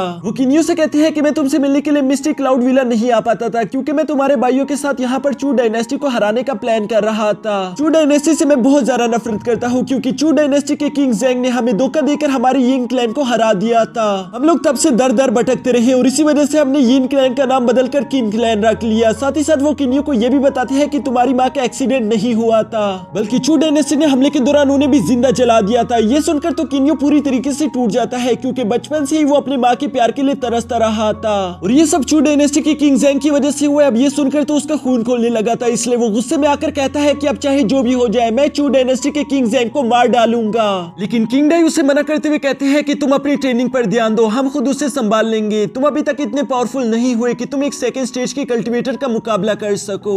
ये बात किन्यू को बहुत बुरी लगती है, लेकिन ये सब सच भी था, इसलिए वो वहां से बहुत ज्यादा निराश होकर चला जाता है। इसके बाद अपनी विला में परेशान होकर किन्यू यही सोच रहा था कि आखिर मैं अपने फादर की मदद कैसे करूं, कि तभी अचानक वो आसमान में एक लाल टूटते हुए सितारे को देखता है। उस सितारे को देखने के लिए किन्यू फौरन से उस जगह पर पहुंच गया था, लेकिन साथ ही वो देखता है कि वहां पर एक लिजर्ड टाइप मॉन्स्टर भी उस मीटियोर की पीस को पकड़ने की कोशिश कर रहा था। इसलिए किन्यू अपने डैगर का इस्तेमाल करके उस लिजर्ड को जान से मार देता है, ताकि वो उस मीटियोर के पीस को हासिल कर सके। यहाँ वो लाल मीटियोर का पीस किन्यू को बहुत ज्यादा अजीब लग रहा था, जिसका शेप किसी आंसू की तरह था, और तभी अचानक वो बड़ी तेजी के साथ किन्यू के चेस्ट में अब्सॉर्ब हो जाता है, जो देखकर किन्यू को तो उस वक्त कुछ समझ नहीं आता कि अभी अभी यहाँ पर ये सब क्या हो गया। लेकिन जब वो रात के टाइम बैठकर कल्टीवेशन करता है, तो वो महसूस करता है कि अब वो पहले से ज्यादा एनर्जी जमा कर पा रहा था। था। साथ ही साथ उसकी बॉडी अब पहले से ज्यादा अनलिमिटेड अमाउंट ऑफ एनर्जी को भी एब्जॉर्ब कर पा रही थी। बेशक इससे उसकी बॉडी ओवरलोड हो जाती है, लेकिन वो और उसके सारे के सारे जख्मों को ठीक कर रहा था। ये बात किन्यू को बहुत ज्यादा खुश कर देती है। वो अब जानता था कि मैं खुद की कल्टीवेशन करके सेकंड स्टेज को अचीव कर सकता हूँ, जिस वजह से वो प्रैक्टिस के लिए सेबल के साथ पहाड़ों की तरफ चला जाता है। यहाँ रास्ते में किन्यू सेबल के साथ इस सफर को बहुत ज्यादा एंजॉय कर रहा था कि तभी अचानक वही पुराना लिजर्ड मॉन्स्टर इन दोनों पर दोबारा से हमला कर देता है। इस हमले के दौरान किन्यू खुद को बहुत ही ज्यादा मुश्किल से बचाकर उस लिजर्ड मॉन्स्टर के साथ फाइट करते हुए आखिरकार उसे पहाड़ों से नीचे गिरा देता है। साथ ही साथ यहाँ पर इन पहाड़ों की टूटने की वजह से किन्यू को वहाँ पर एक बहुत बड़ा रेड स्टोन भी मिल जाता है, जो कि किन्यू को बहुत ही ज्यादा हैवी लग रहा था। ये रेड स्टोन इतना ज्यादा पावरफुल था कि सेबल उसे अपने पंजों की मदद से तोड़ भी नहीं पा रहा था। इसलिए किन्यू फैसला करता है कि हम इस रेड स्टोन को वापस किंगडम तक लेकर जाएंगे। दूसरी तरफ हम चू डायनेस्टी को देखते हैं, जहाँ जासूसों ने किंग ज़ेंग को खबर भिजवा दी थी कि किंग डाई के पास 3000 सीक्रेट सोल्जर की एक आर्मी है। वो इनका इस्तेमाल करके चू डायनेस्टी पर हमला करने के सोच रहे हैं। साथ ही साथ यहाँ पर नॉर्थ किंग शेंगुआन का भी लेटर आ जाता है, जिसने किंग ज़ेंग को सब कुछ बता दिया था कि कैसे किंग डाई ने मुझे अपने साथ शामिल करने की कोशिश की और वो तुम पर हमला करने का प्लान कर रहा है। यहाँ इस लेटर की मदद से हमें एक बात तो साफ हो जाती है कि नॉर्थ किंग शेंगुआन हमेशा से किंग ज़ेंग का साथ दे रहे थे। इसके बाद सीन शिफ्ट होकर किंग डायनेस्टी पर आ जाता है, जहाँ महल में हम देखते हैं कि बहुत सारे वेपन रिफाइनर उसी रेड स्टोन को देख रहे थे। उन वेपन रिफाइनर का इरादा था कि वो इस रेड स्टोन को पिघालकर इसमें से वेपन बनाएंगे, लेकिन वो चाहे अपने किसी भी गैजेट का इस्तेमाल करते, वो रेड स्टोन तो पिघलने का नाम ही नहीं ले रहा था। इसलिए उनका लीडर किन्यू से कहता है कि ये एक रेड स्टोन है जिसकी मदद से हम इमोर्टल्स के लिए वेपन बना सकते हैं, लेकिन सच बताऊं तो मैं भी इस रेड स्टोन के बारे में ज्यादा कुछ नहीं जानता। इसलिए तुम्हें इसकी इन्फॉर्मेशन लेने के लिए किसी थर्ड स्टेज के कल्टीवेटर के पास जाना होगा। जो सुनकर किन्यू को फौरन अपने अंकल फैंग यूजी की याद आ गई थी। वो भी थर्ड स्टेज यानी इमोर्टल लेवल की कल्टीवेटर है, जो कि इस पत्थर के बारे में सुनकर काफी ज्यादा एक्साइटेड हो जाते हैं। इसलिए वो किन्यू से कहते हैं कि चलो मैं भी तुम्हारे साथ चलूंगा। जिसके बाद वो किन्यू को अपने साथ लेकर उसी स्टोन के पास आ जाते हैं और वो स्टोन को अपने फर्नेस में डालते हुए किन्यू को बताते हैं कि ये एक बहुत ही ज्यादा कीमती स्टोन है, जिससे मैं इमोर्टल स्टेज के वेपन क्रिएट कर सकता हूँ। लोगों को इसका एक छोटा सा पीस भी नहीं मिलता, लेकिन तुम्हें तो इतना ज्यादा मिल गया। क्या तुम मुझे इसका छोटा सा पीस दोगे? बदले में तुम जो चाहो मैं तुम्हारे लिए वो करने के लिए तैयार हूँ। ये सुनकर किन्यू बिना कुछ सोचे समझे फौरन से हाँ कर देता है। साथ ही किन्यू कहता है कि मेरे लिए स्टोन से एक छोटा सा डैगर और हैंड आर्मर बना देना, बाकी जो बचे उससे मेरे फादर और मेरे भाइयों के लिए वेपन्स क्रिएट कर देना। ये सुनकर अंकल यूजी काफी ज्यादा खुश हो जाते हैं। यहाँ हम जानते हैं कि किन्यू फर्स्ट स्टेज का कल्टीवेटर है, जबकि अंकल यूजी थर्ड स्टेज की कल्टीवेटर। इसलिए वो उनसे थर्ड स्टेज की कल्टीवेशन के बारे में इंफॉर्मेशन मांगता है, जिस पर अंकल यूजी ने भी बताना शुरू कर दिया था। साथ ही हमें जानने को मिलता है कि अंकल फेंग यूजी तो थर्ड स्टेज के इनिशियल कल्टीवेशन लेवल पर है, जबकि उन्हें अभी बहुत सारी कल्टीवेशन की जरूरत है। किन्यू यहाँ पर ये सारी बातें सुन ही रहा था, तभी अचानक वो अंकल यूजी से सवाल करता है कि क्या थर्ड स्टेज की कल्टीवेशन तक पहुंचने के लिए आपको कोई आसान रास्ता पता है? जिस पर अंकल यूजी कहते हैं कि नहीं, बिल्कुल नहीं। थर्ड स्टेज तक पहुंचने का बस एक ही रास्ता है, आपको बहुत सारी एनर्जी को अपने इंटरनल मेंटेरियंस में जमा करना होगा। लेकिन तुम तो एक एक्सटर्नल एनर्जी पार्टनर हो, इसलिए तुम्हें तो और भी ज्यादा मेहनत करनी होगी। लेकिन साथ ही अंकल फेंग यूजी कहते हैं कि वैसे मैंने एक ऐसे कल्टीवेटर के बारे में सुना था जिसने थर्ड लेवल को अचीव किया था, वो भी कुछ सीक्रेट मेथड्स के जरिए से। उन स्पेशल मेथड्स को सीखने में इतना ज्यादा बेहतर हो चुका था कि उसने थर्ड स्टेज के बिल्कुल फाइनल लेवल को अचीव कर लिया था, वो भी बहुत ही ज्यादा कम वक्त में। लेकिन कुछ लोग इस बात से बिल्कुल भी खुश नहीं थे, इसलिए उन्होंने उस वॉरियर को रोकने की कोशिश की, जिस पर उस वॉरियर ने भी सिर्फ अपने एक पावरफुल अटैक से उन हजारों सोल्जर को वहीं पर मार दिया था। ऐसा करने की वजह से उसकी इंटरनल स्पिरिट काफी ज्यादा वीक हो गई थी। साथ ही उसी वक्त उसके फाइनल स्टेज का एग्जाम भी शुरू हो गया था। यहाँ वीक होने की वजह से वो अपने एग्जाम को पास नहीं कर पाया, वो बेचारा मारा गया। पर मरने से पहले ऐसा कहा जाता है कि उसने अपने सारे मेथड्स को 3 सीक्रेट डायग्राम में छुपा कर रख दिया था, ताकि जो भी उस डायग्राम को ढूंढ कर समझ ले तो उसकी इमोर्टल पावर्स को हासिल कर सके। अब किन्यू उन डायग्राम्स के बारे में सुनकर उनमें काफी ज्यादा इंटरेस्टेड हो गया था, जबकि दूसरी तरफ अंकल यूजी लगातार उस स्टोन को रिफाइन कर रहे थे ताकि वो किंग डाई और उनके बेटों के लिए इससे वेपन बना सके।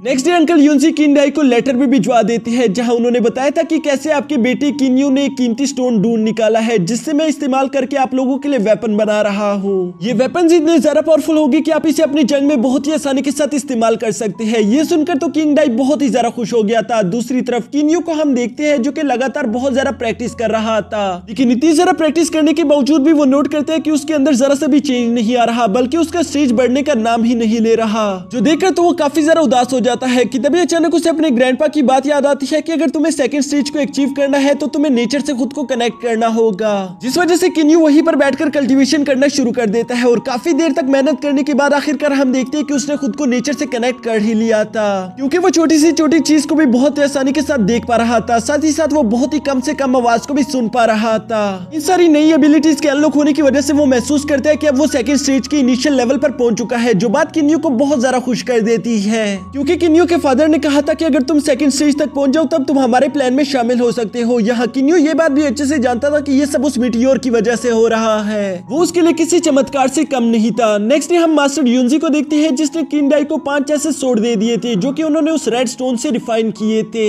ये सोड इतनी ज्यादा पावरफुल थी कि इनके होते हुए किसी सेकंड स्टेज का कल्टीवेटर किसी थर्ड स्टेज की इनिशियल लेवल वाले कल्टीवेटर को बहुत ही आसानी के साथ हरा सकता है। ये जानकर तो किंडाई काफी ज्यादा खुश हो गई थी और इसलिए वो मास्टर यूनजी का शुक्रिया अदा करते हैं, लेकिन मास्टर यूनजी कहते हैं कि नहीं नहीं, मैंने तो कुछ भी खास नहीं किया, बल्कि इसका सारा के सारा क्रेडिट तो आपके बेटे किन्यू को जाता है। लेकिन पता नहीं आखिर वो यहाँ पर मौजूद क्यों नहीं। जिस पर वहाँ पर मौजूद एक सोल्जर बताता है कि किन्यू तो सुबह सुबह ही अपने रेड स्टोन से बने हुए वेपन्स को लेकर यहाँ से चला गया था और हम नहीं जानते कि वो कहाँ गया है। इसके साथ ही सीन शिफ्ट होकर किन्यू पर आ जाता है, जो कि स्काईनेट ऑर्गेनाइजेशन के ऑफिस आया हुआ था। वहाँ उसे गोल्डन मास्क एसेसन को मारने का टारगेट दिया जाता है, क्योंकि अब गोल्डन मास्क एसेसन बुरा बन चुका था। यहाँ हम जानते हैं कि किन्यू खुद एक सिल्वर मास्क एसेसन है। गोल्डन मास्क एसेसन तो काफी ज्यादा पावरफुल होता है, लेकिन इसके बावजूद भी किन्यू उस मिशन को एक्सेप्ट करके गोल्डन मास्क एसेसन को ढूंढने के लिए निकल जाता है। इसके बाद हम रात का एक सीन देखते हैं जहां मीटियोर ने उस गोल्डन मास्क एसेसन को ढूंढ लिया था। वो गोल्डन मास्क एसेसन वहां अपनी विला में बैठकर एक कॉस्मिक डायग्राम को पढ़ने की कोशिश कर रहा था।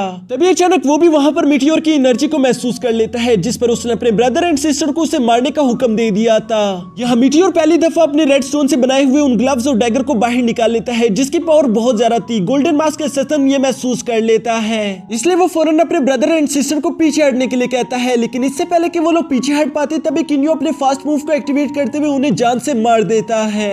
यहाँ ये देखकर उस गोल्डन मास्क एसेसन को तो काफी ज्यादा गुस्सा आ गया था, इसलिए वो अपनी फुल स्पीड को एक्टिवेट करते हुए मीटियोर पर हमला करना शुरू कर देता है। दूसरी तरफ मीटियोर भी उसके साथ फाइट करते हुए एक बात तो समझ गया था कि अगर मुझे इसे हराना है तो मुझे इसकी स्पीड को मैच करना होगा, जिसके लिए वो अपने हाथों और पैरों पर बंधे हुए वजन को नीचे गिरा देता है। यहाँ वजन के रिमूव होने की वजह से मीटियोर की रफ्तार भी बहुत ज्यादा हो चुकी थी। वो उस गोल्डन मास्क एसेसन को बराबर की टक्कर दे रहा था, लेकिन तभी फाइट के दौरान वो गोल्डन मास्क एसेसन अपने एक स्पेशल मूव का इस्तेमाल करने की कोशिश करता है, जिसकी वजह से आज तक उसका कोई भी एनिमी बच नहीं पाया। मीटियोर भी स्पेशल अटैक के बारे में बहुत पहले से जानता था, इसलिए वो बड़ी तेजी के साथ अपने हाथ को छुड़वाकर उस अटैक को ब्लॉक कर लेता है, जिसके बाद उसने बहुत ही तेजी के साथ अपने रेड डैगर को थ्रो करते हुए उस गोल्डन मास्क एसेसन का गला काट दिया था।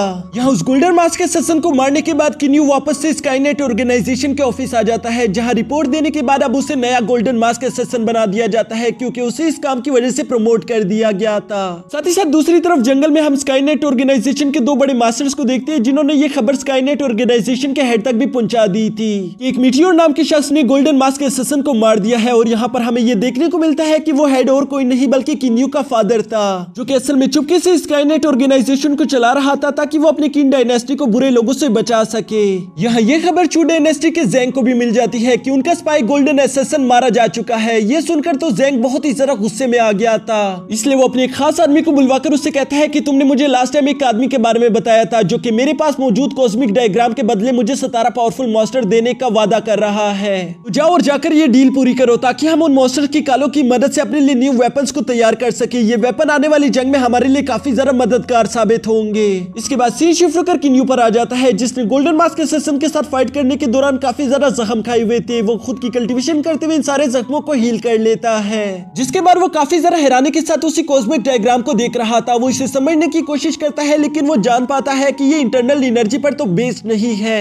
फिर आखिर ये है क्या और इसको मैं कैसे सीखूंगा, जिस पर सेबल उसे थोड़ा बहुत हिंट दे देता है। इस हिंट को मिलने के बाद हम देखते हैं कि किन्यू ने उसे अपनी एक्सटर्नल एनर्जी के साथ प्रैक्टिस करना शुरू कर दिया था। काफी देर तक उस डायग्राम की प्रैक्टिस करने के बाद आखिरकार वो उसके राज के बारे में समझ जाता है, यानी कि वो अब उसे पूरी तरीके से पढ़ पा रहा था। इसके बाद सुबह के वक्त किन्यू उस जगह से वापस अपने घर की तरफ रवाना हो जाता है, जबकि रास्ते में साथ ही साथ वो काफी जरा खुश भी था, क्योंकि आज के दिन वो अपने फादर को बताने वाला था कि वो सेकंड स्टेज में पहुंच चुका है। लेकिन नीचे बाइशा टाउन में कुछ अलग ही चल रहा था, क्योंकि यी फेंग फैट मास्टर के साथ उस डायग्राम की डील करने के लिए किंग डायनेस्टी की टेरिटरी में आ जाता है। यहाँ इन दोनों के हिसाब से डील काफी ज्यादा अच्छी चल रही थी, लेकिन तभी वहाँ पर किन्यू के ग्रैंडफादर अपने 2 साथियों के साथ पहुंच जाते हैं, जो कि यी फेंग से कहते हैं कि हमारी टेरिटरी में आने की तुम्हारी हिम्मत कैसे हुई। और ये कहते साथी मास्टर लियन ने अपने साथियों को उन पर हमला करने का हुक्म दे दिया था। जो सुनते साथी वो दोनों साथी बड़ी तेजी के साथ जाकर सबसे पहले फैट मास्टर को जान से मार देते हैं। इसके बाद वो दोनों बड़ी तेजी के साथ आगे बढ़ते हुए यी फेंग के साथियों को भी बहुत ही तेजी के साथ मार रहे थे। और इससे पहले कि वो यी फेंग को जान से मार पाते तभी अचानक वहाँ पर यी फेंग का फादर आ जाता है,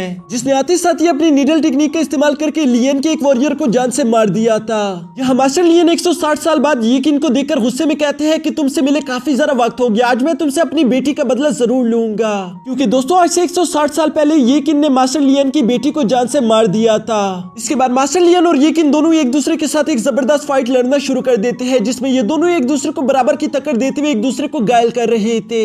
यहाँ कुछ देर की फाइट के बाद ये किन काफी बुरी तरीके से घायल हो गया था और वो खुद को इस तरह से घायल देखकर कहता है कि बस बहुत हो गया, मुझे अपनी स्पेशल टेक्निक का इस्तेमाल करना ही होगा, जिसमें वो अपनी 1000 नीडल्स को एक साथ इस्तेमाल करके मास्टर लियन पर हमला कर देते हैं। मास्टर लियन उस अटैक से टकराने से पहले ही ये किन पर एक जोरदार स्प्लैश अटैक कर देता है, जिससे वो फौरन ही अपनी जगह पर मारा गया था। दूसरी तरफ वो सारे के सारे नीडल मास्टर लियन को भी जाकर टकरा जाते हैं। इस वजह से किन्यू भी वही पास से गुजर रहा था, जिसने अपने ग्रैंडफादर की एनर्जी वहां फाइट के दौरान महसूस कर ली थी, इसलिए वो बड़ी तेजी से उसी तरफ बढ़ना शुरू कर देता है। लेकिन उसे अपने ग्रैंडफादर तक पहुंचने में काफी ज्यादा देर हो जाती है, क्योंकि उसके पहुंचने से पहले उसके ग्रैंडफादर जान से मारे गए थे। वो अपनी ग्रैंडफादर की डेड बॉडी अपने हाथों में देखकर दुख से टूट जाता है, लेकिन साथ ही साथ उसे काफी ज्यादा गुस्सा भी आ रहा था, इसलिए वो अपनी फुल स्पीड को एक्टिवेट करते हुए गुस्से में यीफेंग और उसके सारे साथियों को एक ही झटके में जान से मार देता है। इसके बाद किन्यू अपने ग्रैंडफादर की डेड बॉडी को उठाकर वापस अपने किंगडम लौट आता है। उसे अपने ग्रैंडफादर की यादें काफी ज्यादा सता रही थी और इसी गम के कारण वो पूरी तरीके से सदमे में चला जाता है, क्योंकि वो अपने ग्रैंडफादर से बहुत ज्यादा प्यार करता था।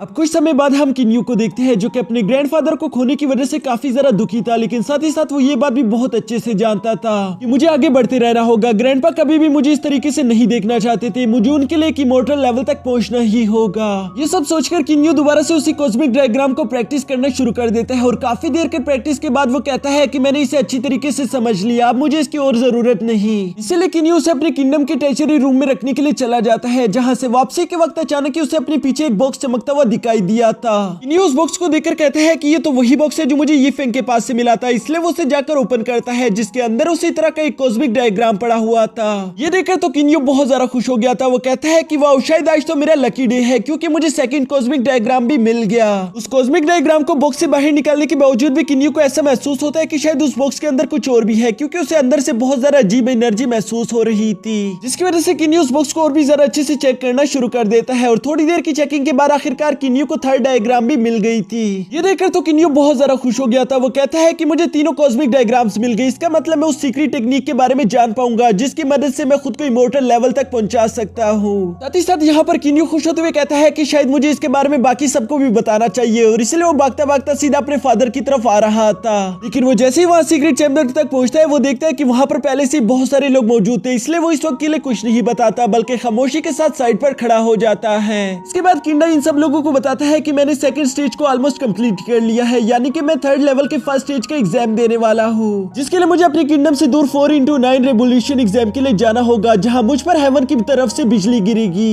ये प्रोसेस काफी ज्यादा खतरनाक है, इसलिए मुझे अपना सारा के सारा ध्यान अपने एग्जाम को पास करने में लगाना होगा, जबकि मेरे पीठ पीछे मेरे बच्चे मेरे किंगडम की हिफाजत करेंगे। साथ ही मैं अपने साथ कुछ सिपाहियों को भी लेकर जाऊंगा, जो कि इस एग्जाम के दौरान मेरी हिफाजत करेंगे, क्योंकि अगर किसी ने मुझे बीच में डिस्टर्ब कर दिया तो इससे मेरी जान जा सकती है। ये सुनकर तो किन्यू अपने फादर के लिए काफी ज्यादा परेशान हो गया था, इसलिए वो अपने फादर से कहता है कि मैं भी आपके साथ आऊंगा, लेकिन उसका फादर साफ साफ मना कर देता है। वो कहता है कि अभी तक तो तुम सेकंड स्टेज तक भी नहीं पहुंचे, जबकि वहां पर मुझे रोकने के लिए चू डायनेस्टी के 2 थर्ड लेवल कल्टीवेटर्स आ सकते हैं, उनका मुकाबला करना तुम्हारे बस की बात नहीं। यहाँ अपने फादर की ये सारी बातें सुनकर हम देखते हैं कि किन्यू ने अपने सेकंड स्टेज की एक टेक्निक को परफॉर्म करना शुरू कर दिया था, जिससे यहाँ पर मौजूद इन सब लोगों को मालूम हो जाता है कि किन्यू ने अपने सेकंड स्टेज को अचीव कर लिया है, जो कि वाकई में काफी ज्यादा बड़ी बात है, क्योंकि कोई भी एक्सटर्नल टेक्निक प्रैक्टिशनर ये इतनी आसानी से नहीं कर सकता। लेकिन इसके बावजूद भी किंडाई कहते हैं कि नहीं, मैंने कह दिया तो कह दिया, तुम किसी भी हाल में मेरे साथ नहीं आ सकते, क्योंकि मैं चाहकर भी अपने बेटे को यूं मुश्किल में नहीं डाल सकता। मैंने ऑलरेडी अपने लिए एक बॉडीगार्ड का बंदोबस्त कर लिया है।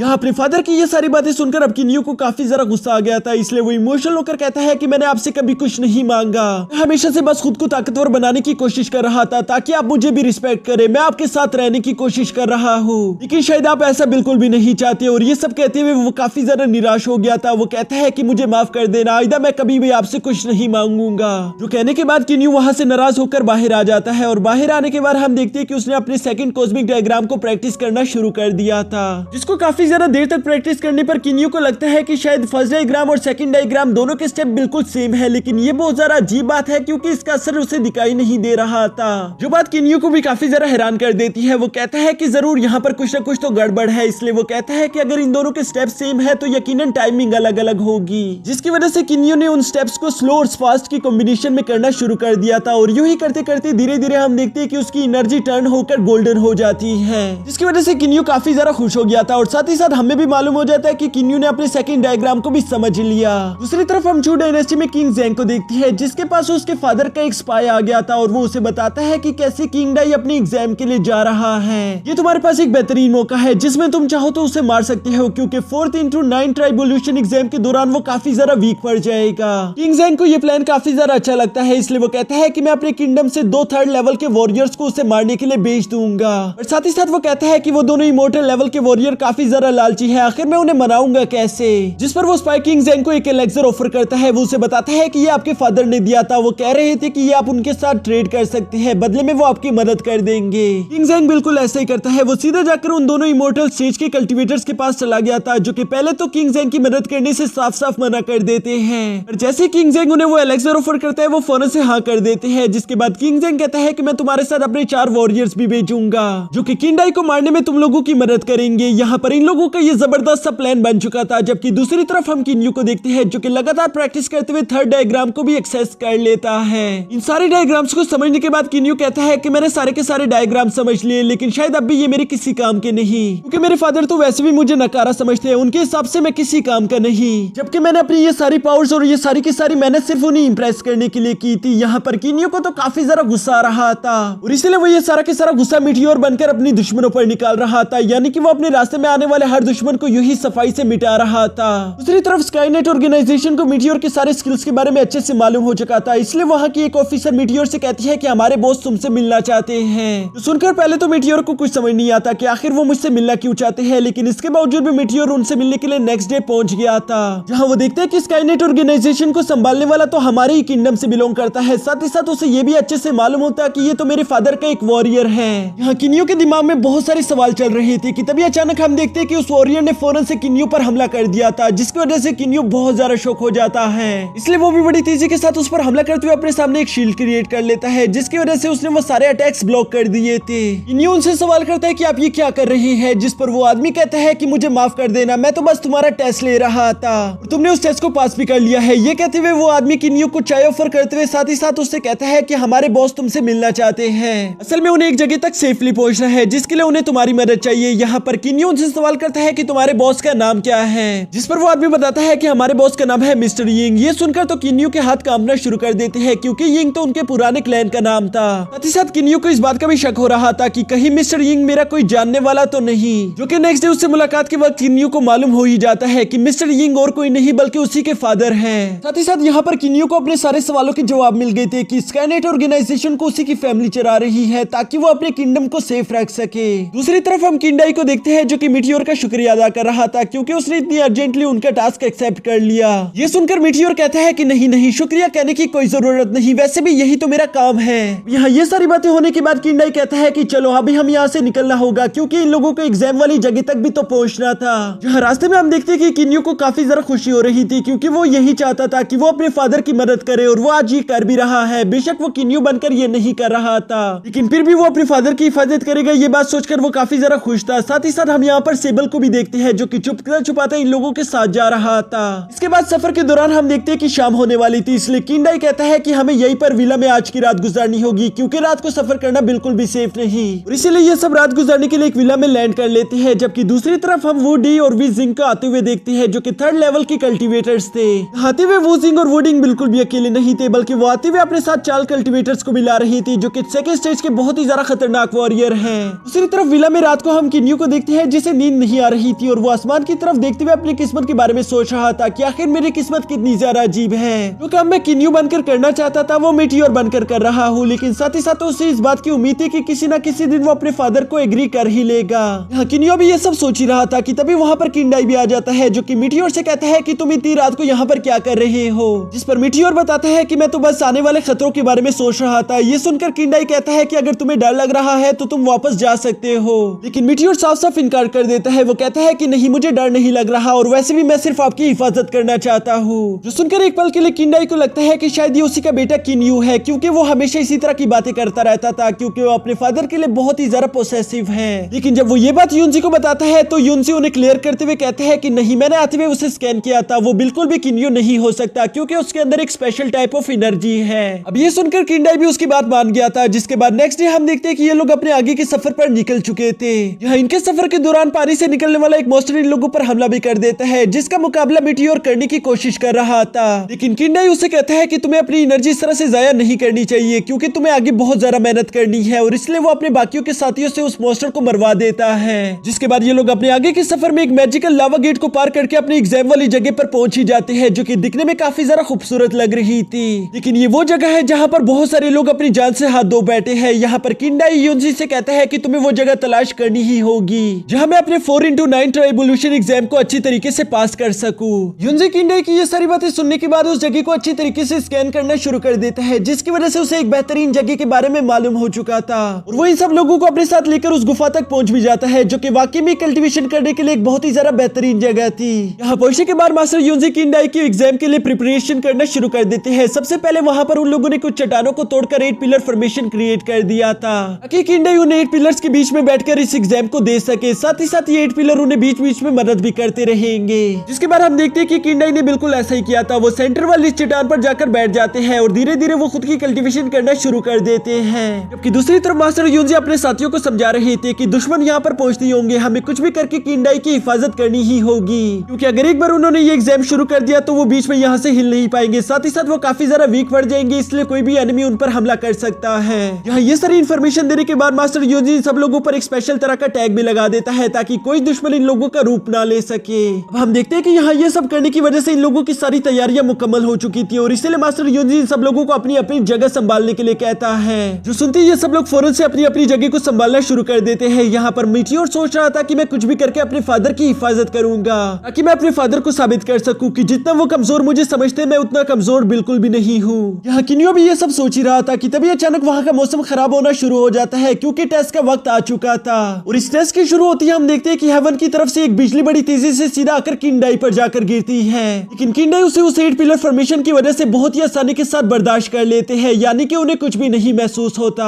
दूसरी तरफ उस गुफा के बाहर हम वुडी और वो जिंग को भी देखते हैं, जो कि अपने मर्डरर के साथ वहां पर पहुंच गए थे क्योंकि उन लोगों ने ये फर्स्ट लाइटिंग वहां पर गिरते हुए देख ली थी। साथ ही साथ वो लोग आपस में बातें करते हुए कहते हैं कि किंडाई ने अपने फर्स्ट लाइटनिंग को तो बर्दाश्त कर लिया, लेकिन वो आने वाले बाकी के 3-4 लाइटनिंग्स को बर्दाश्त नहीं कर पाएगा। जबकि यहाँ साथ ही साथ वुडी अपने मर्डरर्स को बताता है कि जैसे ही सेकंड लाइटिंग गिरेगी हम फौरन से हमला कर देंगे क्योंकि वही सबसे बेहतरीन मोमेंट होगा। वो लोग इस मौके के लिए खुद को पूरी तरीके से तैयार कर लेते हैं। तभी अचानक वहां पर सेकंड लाइटनिंग का टाइम भी हो चुका था, और जैसे ही सेकंड लाइटनिंग किंडाई पर गिरती है उन लोगों ने फौरन से हमला बोलना शुरू कर दिया था। यहाँ मीटियोर तो ये देखकर काफी ज्यादा परेशान हो जाता है, जबकि दूसरी तरफ किंडाई तो उसी लाइटनिंग से सफर कर रहे थे। साथ ही साथ यहाँ पर हम देखते हैं कि वो सब लोग बड़ी तेजी के साथ उस 8 पिलर फॉर्मेशन की तरफ जा रहे थे क्योंकि उन लोगों का यही प्लान था कि हम उस 8 पिलर फॉर्मेशन को तोड़ देंगे ताकि किंडाई अपने टेस्ट को पास ना कर सके और ये लाइटनिंग उसे जान से मार डालेगी। लेकिन दूसरी तरफ युनजी ऐसा होने नहीं देने वाला था, इसलिए वो यहाँ पर 2 काम करता है। सबसे पहले तो उसने उस 8 पिलर फॉर्मेशन के आसपास शील्ड क्रिएट कर दी थी ताकि कोई भी उसे तोड़ ना सके। साथ ही साथ उसने उन 4 असैसिन्स को भी अपने एक इल्यूजन में कैद कर दिया था, जिसकी वजह से वो असैसिन अपनी जगह पर ही खड़े हो जाते हैं। उन्हें अपने आसपास की कुछ भी चीज दिखाई नहीं दे रही थी,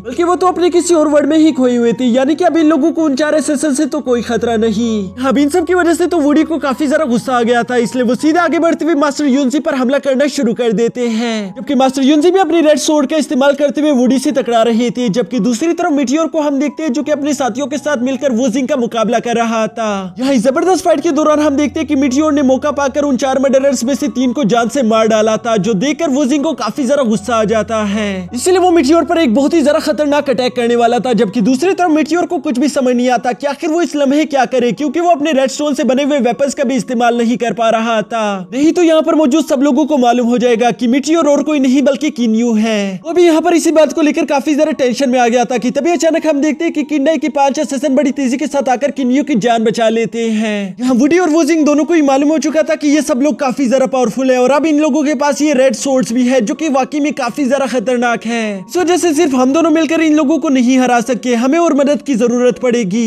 अभी अचानक वहाँ पर 3rd लाइटनिंग का टाइम हो चुका था। साथ ही साथ यहाँ पर हम देखते हैं कि बाकी के 2 मर्डर्स भी अपने इल्यूजन से बाहर निकल आते हैं, और बाहर आने के बाद उन लोगों को मीटियोर पर काफी ज्यादा गुस्सा आ रहा था क्योंकि मीटियोर ने उनके बाकी के 3 भाइयों को जो मार दिया था, इसलिए वो बड़ी तेजी के साथ आगे बढ़ते हुए मीटियोर पर हमला करना शुरू कर देते हैं। मीटियोर यहाँ पर इन लोगों के साथ बिजी हो चुका था, लेकिन अभी भी वो अपने रेड स्टोन से बने हुए वेपन्स का इस्तेमाल नहीं नहीं कर सकता था, नहीं तो उसकी सच्चाई बाहर आ जाती। इसीलिए वो अपनी शैडो डांसिंग टेक्निक का इस्तेमाल करके सिर्फ उन लोगों को डॉज कर रहा था। साथ ही साथ वो अपनी डायग्राम का इस्तेमाल करते हुए उनमें से एक मर्डरर को जान से मार डालता है। यहाँ ये सब तो चल ही रहा था कि तभी हेवन की तरफ से किंडाई पर थर्ड लाइटनिंग गिरना शुरू हो जाती है, जो कि इस बार बहुत ही ज्यादा पावरफुल थी और इसीलिए किंडाई को उसका मुकाबला करने में भी काफी ज्यादा मुश्किल का सामना करना पड़ रहा था। किंडाई अपनी सारी पावर्स को कंबाइन करते हुए उस लाइटनिंग का मुकाबला कर रहा था। दूसरी तरफ वुडी और वुजिंग जानते थे कि यही हमारे पास एक बेहतरीन मौका है, इसलिए वो अपनी पावर्स का इस्तेमाल करते हुए वहां पर एक स्पिरिचुअल ड्रैगन समन कर लेते हैं। लेकिन इससे पहले कि वो लोग किंडाई तक जा पाते तभी वहां पर मास्टर यूजी आ जाता है, जो कि अपनी पावर्स का इस्तेमाल करते हुए उन्हें वहीं पर रोक लेता है। दूसरी तरफ मैदान में हम किंडाई के असिस्टेंट को देखते हैं, जो कि चू डायनेस्टी के एक मर्डरर के साथ फाइट कर रहा था और वो उसे जान से मार भी देता है। लेकिन इसके दौरान वो भी काफी बुरी तरीके से घायल होता हुआ सीधा किंडाई के पास आ गिरा था। यहाँ किंडाई को अपने असिस्टेंट की फिक्र हो रही थी, इसलिए वो फौरन से अपनी जगह छोड़कर अपने असिस्टेंट को देखने के लिए आ जाता है। लेकिन उस असिस्टेंट को कुछ भी नहीं हुआ था। असल में वो सिर्फ एक धोखेबाज था, जो कि अपनी पावर्स को कंबाइन करते हुए फौरन से किंडाई पर हमला कर देता है और उसने किंडाई को काफी बुरी तरीके से घायल भी कर दिया था। साथ ही साथ हमें जानने को मिलता है कि उसने जिस मर्डरर को मारने की कोशिश की थी वो भी अभी तक जिंदा है, यानी कि ये सब इन लोगों की बस एक चाल थी। इन लोगों की इस चाल की वजह से हम देखते हैं कि किंडाई की हालत काफी ज्यादा खराब हो चुकी थी और तभी लास्ट लाइटनिंग का भी समय हो चुका था, जो कि सबसे ज्यादा खतरनाक लाइटनिंग थी। वो लाइटनिंग अब हेवन की तरफ से आना शुरू कर देती है, जो कि एक ड्रैगन फॉर्म में आ रही थी। नीचे किंडाई अकेला उसके मुकाबला करने के लिए खड़ा हुआ था। यहाँ मास्टर यूजी भी अब कुछ नहीं कर सकता था, क्योंकि वुडी ने उसे अपने ड्रैगन की मदद से जकड़ के रखा हुआ था। दूसरी तरफ मिटियोर भी उस मर्डरर के साथ फंसा हुआ था। मिटियोर देखते हैं कि उसके फादर की जान खतरे में है। ये बात उसे काफी ज्यादा गुस्सा दिला देती है, जिसके बाद वो अपनी फुल पावर्स को एक्टिवेट करते हुए बड़ी तेजी के साथ उस लास्ट मर्डरर को भी जान से मार डालता है। यहाँ ये करने की वजह से उसका मास्क तो नीचे गिर गया था, पर वहाँ चारों तरफ धुआं फैल जाता है, जिस मौके का फायदा उठाकर वो बड़ी तेजी के साथ मूव करते हुए किंडाई के उस लास्ट असिस्टेंट को भी जान से मार डालता है। और यहाँ इससे पहले कि कोई उसे बिना मास्क का देख पाता, वो बड़ी तेजी के साथ वापस आकर अपना मास्क दोबारा से पहन लेता है। दूसरी तरफ 8 पिलर फॉर्मेशन में हम किंडाई को देखते हैं, जिसने अपनी सारी पावर्स को कंबाइन करके एक गोल्डन ड्रैगन को समझ कर लिया था और वो इसी का इस्तेमाल करते हुए उस लाइटनिंग से टकरा जाता है। यहाँ इस फाइनल टकराव की वजह से वहां आसमान में काफी ज्यादा हाई एनर्जी फैल गई थी और इस इफेक्ट की वजह से किंडाई काफी बुरी तरीके से घायल भी हो जाता है। और साथ ही साथ उसके लिए खुशी वाली बात ये थी कि उसने अपनी 4x9 ट्राइबोल्यूशन एग्जाम को पास कर लिया था। अब वो बस 3rd लेवल में पहुंच जाएगा, बस उसे खुद को हील करना है, जिसकी वजह से हम देखते हैं कि किंडाई ने अपनी जगह पर बैठकर खुद को हील करना शुरू कर दिया था। दूसरी तरफ वुजिंग ये देखकर काफी ज्यादा गुस्से में आ जाता है। वो कहता है बेशक तुम 3rd लेवल में पहुंचने वाले हो, लेकिन अभी के लिए तुम्हारी हालत काफी ज्यादा खराब है, तो इसलिए बेहतर यही होगा कि अभी मैं तुम्हें जान से मार डालूं। और ये कहते साथ ही वो फौरन से किंडाई पर हमला कर देता है। लेकिन इससे पहले कि उसका ये हमला किंडाई को टच भी कर पाता, तभी किंडाई का एक वॉरियर बड़ी तेजी के साथ सामने आकर अपनी 3rd लेयर शील्ड का इस्तेमाल करते हुए उस अटैक को ब्लॉक करने की कोशिश करता है। और साथ ही साथ हम देखते हैं कि उस वॉरियर ने अपनी जान की बाजी लगाकर उस अटैक को ब्लॉक कर दिया था, ताकि वो किंडाई की जान बचा सके। दूसरी तरफ किंडाई की वॉरियर ये देखकर बड़ी तेजी के साथ आगे बढ़ते हुए वुजिंग पर हमला करना शुरू कर देते हैं, जिन्हें अपनी तरफ आता हुआ देखकर वुजिंग ने फौरन से अपनी आइस क्रिस्टल की पावर्स को एक्टिवेट कर लिया था और वो उन सबको फ्रीज करते हुए वहीं पर जान से मार डालता है। साथ ही साथ उसने आगे बढ़ते हुए उस लास्ट सोल्जर को भी फ्रीज करके जान से मार डाला था, जिसके बाद वो इन सब लोगों की रेड स्टोन से बनी हुई वेपन्स को भी अपने पास रख लेता है।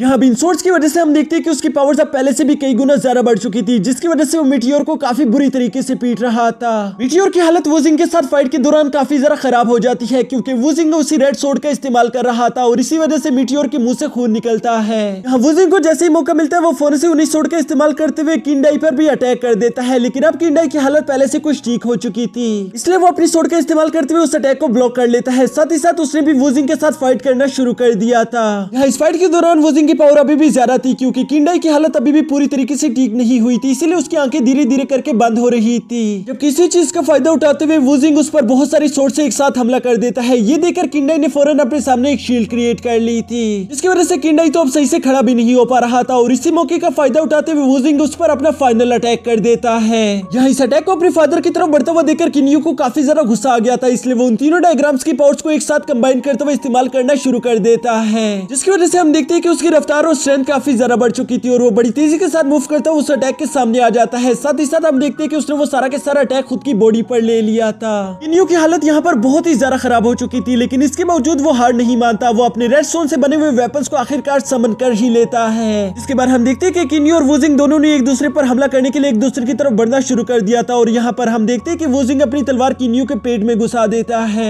कि दूसरी तरफ किन्यू ने भी अपने रेड स्टोन से बने हुए वेपन को वुजिंग के आर पार कर दिया था, जिसकी वजह से वुजिंग की वहीं पर मौत हो जाती है। हालांकि मिटियोर की हालत भी बहुत ज्यादा खराब थी और इसीलिए वो किन्यू के फॉर्म में आ जाता है। यहाँ पर किंडाई अपने बेटे को यूं जख्मी हालत में देखकर काफी ज्यादा परेशान हो चुका था। उसे समझ नहीं आ रहा था कि आखिर वो अपने अपने बेटे को कैसे बचाए, जबकि दूसरी तरफ किन्यो के चेहरे पर जरा सा भी इस बात का गम नहीं था कि वो यहाँ पर मरने वाला है, क्योंकि आखिरकार उसने वो कर दिखाया जिसकी वो हमेशा से सपने देखा करता था। उसने अपने फादर की जान बचा ली। दूसरी तरफ मास्टर योंजी को हम देखते हैं जो कि वुडी का मुकाबला कर रहा था, लेकिन वुडी अभी भी उस पर भारी पड़ रहा था क्योंकि उसके पास वो स्पिरिचुअल ड्रैगन था। लेकिन अब उसकी किस्मत बहुत ही ज्यादा खराब हो चुकी थी क्योंकि सेबल वहां पर पहुंच चुका था और वो बड़ी तेजी के साथ आता हुआ सबसे पहले उस स्पिरिचुअल ड्रैगन को डिस्ट्रॉय कर देता है। साथ ही साथ वो और मास्टर योंजी दोनों ही अपनी पावर्स का इस्तेमाल करते हुए वुडी को वहां से रिट्रीट करने पर मजबूर कर देते हैं। इसके बाद सेबल देखते हैं कि वहां का मौसम काफी ज्यादा खराब हो चुका था और जल्द ही वहां पर अनलिमिटेड अमाउंट ऑफ एनर्जी किंडाई और किन्यू पर गिरने वाली है, जिसकी वजह से वो काफी तेजी के साथ मूव करता हुआ किंडाई को वहां से दूर हटा देता है। साथ ही साथ वो खुद किन्यू के ऊपर शील्ड की तरह खड़ा हो गया था ताकि वो उसकी हिफाजत कर सके। दूसरी तरफ हम किंडाई को देखते हैं जिसे मास्टर योंजी वहां से दूर लेकर जा रहे थे। वो यूं अपने बेटे को अपनी आंखों के सामने मरता हुआ देखकर काफी ज्यादा इमोशनल हो जाते हैं। साथ ही साथ उन्हें काफी ज्यादा गुस्सा भी आ रहा था। वो गुस्से में कहते हैं कि अब चाहे जो भी हो जाए मैं चू डायनेस्टी को नर्क बना दूंगा, यानी कि उनके दिल में बदले की आग बढ़ चुकी थी। और यहाँ दूसरी तरफ हमें नहीं मालूम कि आखिर किन्यू बेचारे का क्या होगा। और इसी के साथ हमारा ये सीजन यहीं पर खत्म हो जाता है। तो दोस्तों अगर आप लोगों ने ये वीडियो यहाँ तक देखी है तो यकीनन आप लोगों को ये वीडियो काफी ज्यादा अच्छी लगी होगी, जबकि सच बताओ तो ये वीडियो बनाने में मुझे काफी ज्यादा मेहनत लगी है। इसलिए मैं चाहता हूँ कि आप लोग इस वीडियो को लाइक कर दो, साथ ही साथ एक प्यारा सा कमेंट भी कर दो और हो सके तो इस चैनल को सब्सक्राइब कर देना, क्योंकि आने वाले बाकी के सीजन भी मैं अपने इसी चैनल पर अपलोड करने वाला हूँ।